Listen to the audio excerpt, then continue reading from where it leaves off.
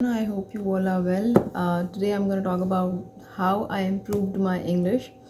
Well, my way of improving the English was easy but very different. You people won't believe it, but I'm a self-taught person. Somebody just commented that why don't you speak in English? So why don't you share that how to speak English or to improve the communication skills. So here I'm sharing some ways of improving your English. Okay. So the thing is that I am a very middle class woman, and I could not afford going to a coaching at that time when I wanted to improve the English back in the 9th class and 10th class. So but I always had this improving the English, and I love to improve my English. So what did at that time was that I used to pick a thesaurus dictionary which belonged to my grandfather. वो बड़ी अच्छी एक thesaurus की dictionary थी जिसमें 7 से 8 synonyms आते थे. आई थिंक वो अब भी आती है but may be in improved version. तो मैंने मतलब मैट्रिक क्लास तक मैंने कुछ 1000 to 1200 वर्ड्स उस वक्त में याद कर लिए थे और आज तक मैं वही इस्तेमाल करती हूँ. मैंने कोई नए इजाफा नहीं किया अपनी वोकैबलरी में. But I utilize those words. तो मेरी वोकैबलरी तो मतलब इज़ वेरी फाइन. वो जो 1100 से 1200 वर्ड्स थिसॉरस में से मैंने याद किए थे वो आज तक ज़िंदगी में मेरी काम आ रहे हैं. मुझे पता है थोड़ा अजीब लग रहा होगा, लेकिन उस वक्त शौक़ था वर्ड्स पढ़ने का, और मुझे हमेशा से लफ्ज़ों से बहुत ही मोहब्बत रही है. Not only in the English but if I find any word in any language that's very attractive to me और मुझे अच्छा लगता है तो मैं उसे पिक कर लेती हूँ. So that's the case. I love language, I love the linguistic diversity. तो फिर मैंने पहले तो वोकैबलरी इम्प्रूव करने से स्टार्ट किया था. थिसॉरस में से सब वर्ड याद. अब मेरे कहने का ये मतलब नहीं है कि आप भी जाके सारे वर्ड्स जो हैं याद करें थिसॉरस में से, but all you can do is that if you want to improve your vocabulary you have gadgets now. अब ऐप्स आते हैं. अब ऐप्स में से आपको सिंधी, उर्दू, इंग्लिश की डिक्शनरीज आती हैं जिसमें से आपको इतने सारे वर्ड्स मिल जाते हैं. So you can just see those words and then you can see how you can utilize them in your daily life. ठीक हो गया जी. ये पहला तरीका हो गया जिससे मैंने अपनी अंग्रेज़ी को इम्प्रूव किया. दूसरी चीज़, now when I went to the college तो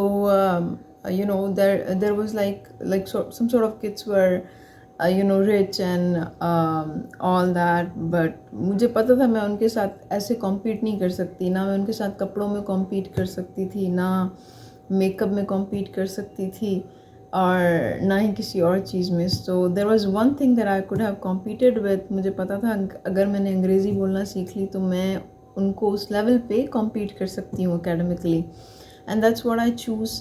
तो क्या हुआ कि मैंने जब फर्स्ट ईयर इंटर स्टार्ट हुआ तो कोर्सेज़ भी सारे इंग्लिश में आ गए. बट आई एम मैं एक गवर्नमेंट कॉलेज से पढ़ी हूँ, मैंने किसी प्राइवेट कॉलेज से नहीं पढ़ा. So the thing was that I used to speak to myself in front of the hostel mirror. Yes, I used to do that a lot. और मैं खुद से बात करती थी शाम को. मुझे अब भी याद है कि 7:30 से 1:30 बजे तक कॉलेज होता था. उसके बाद हॉस्टल में 3 बजे से लेकर 5:30 बजे तक, फिर 7:30 बजे तक इनफैक्ट हमारी ट्यूशन की क्लासेस चलती थी, फिज़िक्स, केमिस्ट्री, बायोलॉजी. और 7:30 बजे के बाद फिर मेस के बाद जो है मुझे enough ample of the time बच जाता था हर रात को. And as you know that I am a very introvert person. कोई दोस्त नहीं थे, किसी से बात नहीं करती थी ज़्यादा. तो I use to talk to myself at that time in the mirror. तो बहुत सारी लड़कियां जो थी वो देख के हंसती भी थी कि यार क्या कर रही है, पागल हो गई है, खुद से बात कर रही है आईने में बैठ के. But that's true. I use to speak to myself and I still do. Actually, that was because I knew that when I was speaking the English, how I looked. Like whenever I'm pronouncing a word, how do my lips are moving and how my expressions are working on. तो उससे मुझे अब ये जो अब मुझे आप ऐसे फ्रंट कैमरा के सामने कम्युनिकेशन करते हुए देखते हैं इतना आसानी से, वो इसलिए कि because I have worked on it. Like I have worked on whenever I am speaking, I have worked how my lips are moving and how my eyes are working along with my lips. that synchronization. तो वो 2 साल तो मैंने ऐसे गुजारे. और तो ये था दूसरा. that you need to speak to yourself in the English, be it in front of the mirror or record yourself, speaking English. See how you are making the pronunciation mistakes, and see that you have enough confidence to put your thoughts in words while speaking. तो ये चीज़ें होती हैं. ठीक हो गया जी. फिर तीसरा जो तरीका था वो भी मैंने कॉलेज में ही सीखा, that I knew that if I competed with the people around me, I had to be a good speaker. तो उसके लिए फिर मैंने ना पार्टिसिपेट करती थी. I was always a child who would participate in comparing. I was a child who was participating in the debate competitions, and I used to write, I used to sing a lot in English. तो ये था कि मैं participation बहुत ज़्यादा करती थी. I made sure कि मेरी जितनी भी एकेडमिक जर्नी है उसमें मैं बोलूँ बहुत ज़्यादा. ठीक है. तो मैंने उस तरीके से फिर अपना जो है बोल बोल के लोगों के सामने, क्राउड के सामने अपने आप को नॉर्मलाइज फील करवाना शुरू किया. And I worked on my confidence level. So the third thing that you need for the English language is that you need to work on your self confidence. You need to manage. देखें कभी कभी ऐसा भी होता है कि हमें अंग्रेज़ी आ रही होती है लेकिन हम क्राउड्स को देख के डर जाते हैं. हमें ये भी डर होता है कि व्हाट इफ़ दे जज us for speaking the wrong English. तो अगर आप इस क्राउड के सामने ज़्यादा से ज़्यादा बोलेंगे, ज़्यादा से ज़्यादा लोगों के, अपने साथ भी बोलें लेकिन लोगों के सामने बोलेंगे भी, तो उससे आपका कॉन्फिडेंस एनहांस होता है. And believe you me, I have remained N English language instructor for the 7 years now. I started back in 2016. मैंने अंग्रेज़ी पढ़ाना स्टार्ट किया था और अब 2023 है और मेरे सामने बहुत सारे केसेस आए हैं. I have taught like from the juniors level to the university level. तो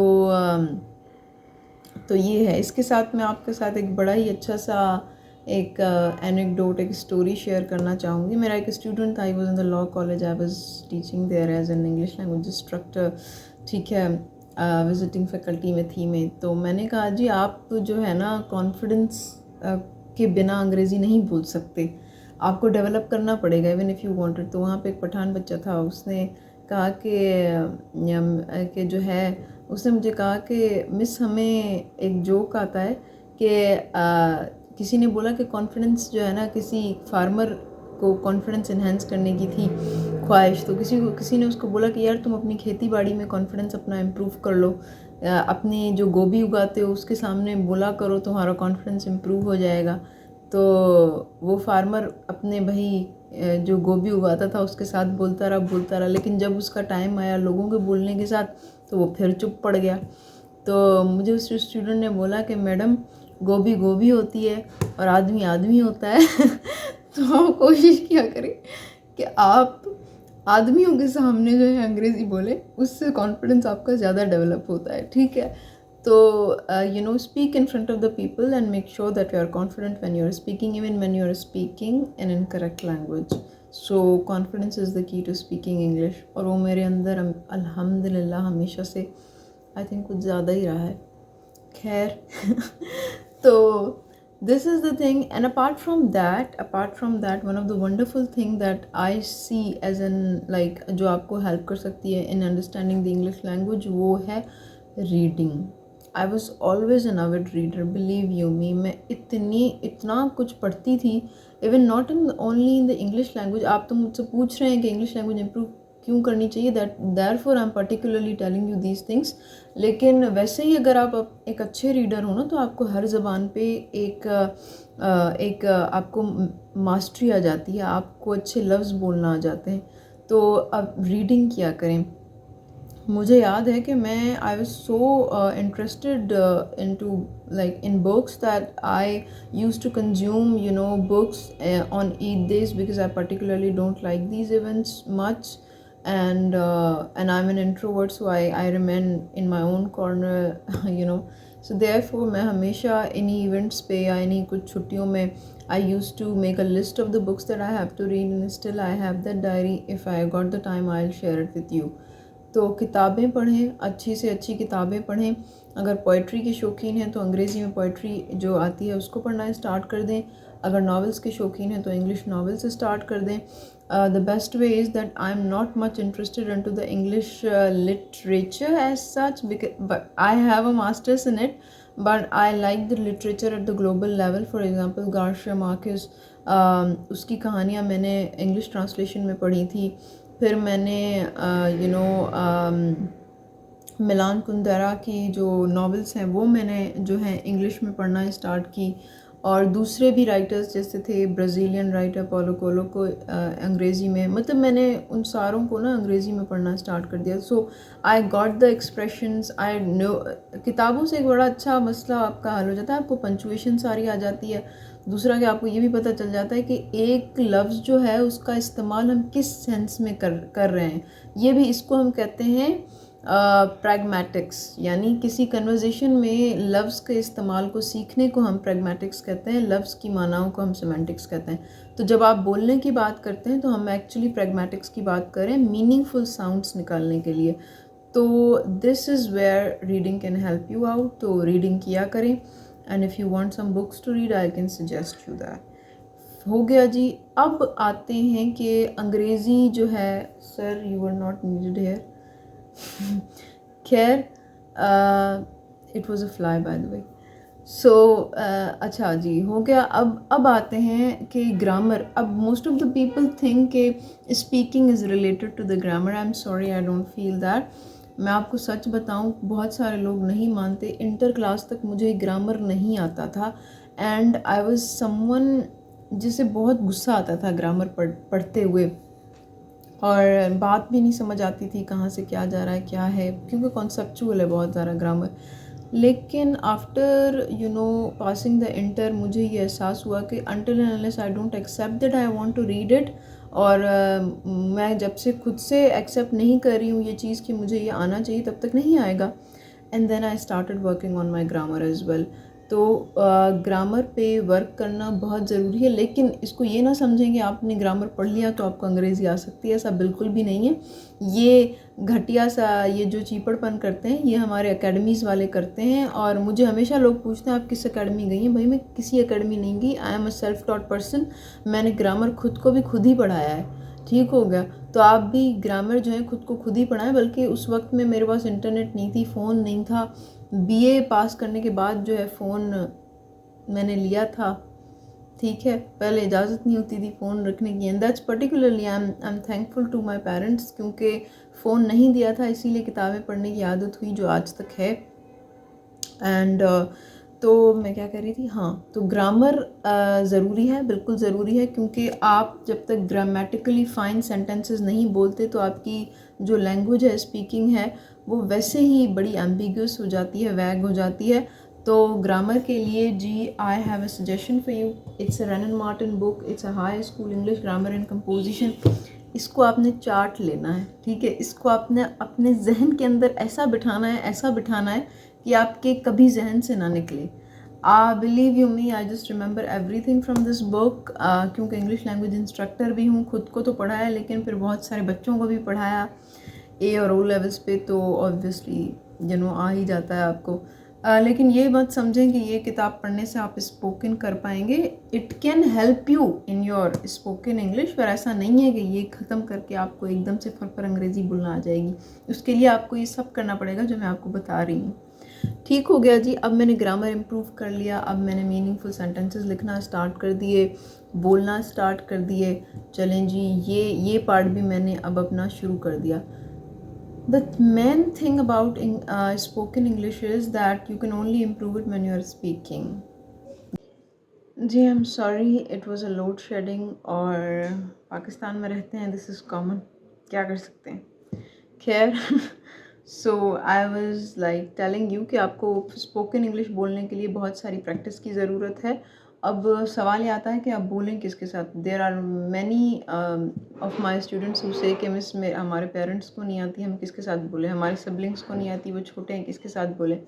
सो make sure that there are apps which speak in English. अब तो स्पोकन इंग्लिश को इम्प्रूव करने के लिए ऐप्स आ गए जो कि आपको खुद से आंसर्स देते रहेंगे, and then you will be speaking to them.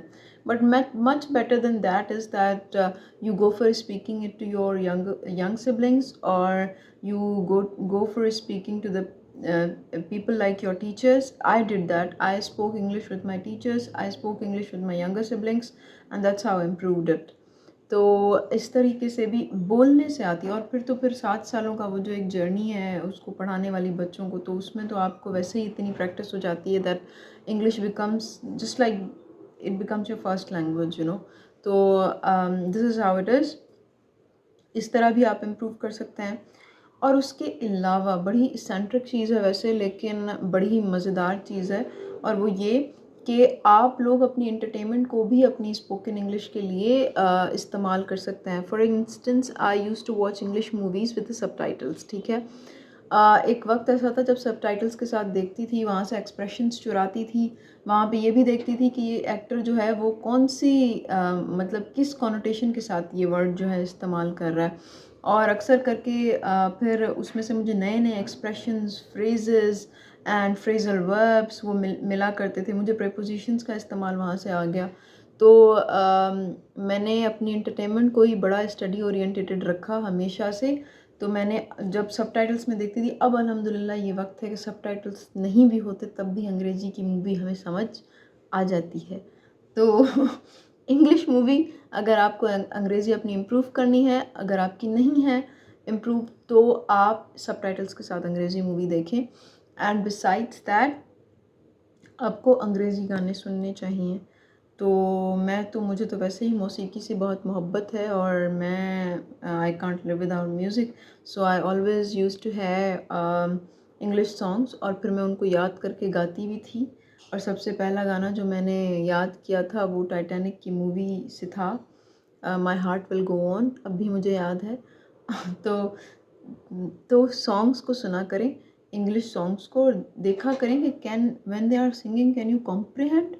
तो इससे क्या होता है कि जब तक आपकी कॉम्प्रिहेंशन अच्छी नहीं होती ना, तो लिसनिंग अच्छी नहीं होती, तो आपकी स्पोकन पे भी अफेक्ट पड़ रहा होता है। जो इंग्लिश की स्किल्स है ना वो बहुत इंटरकनेक्टेड हैं।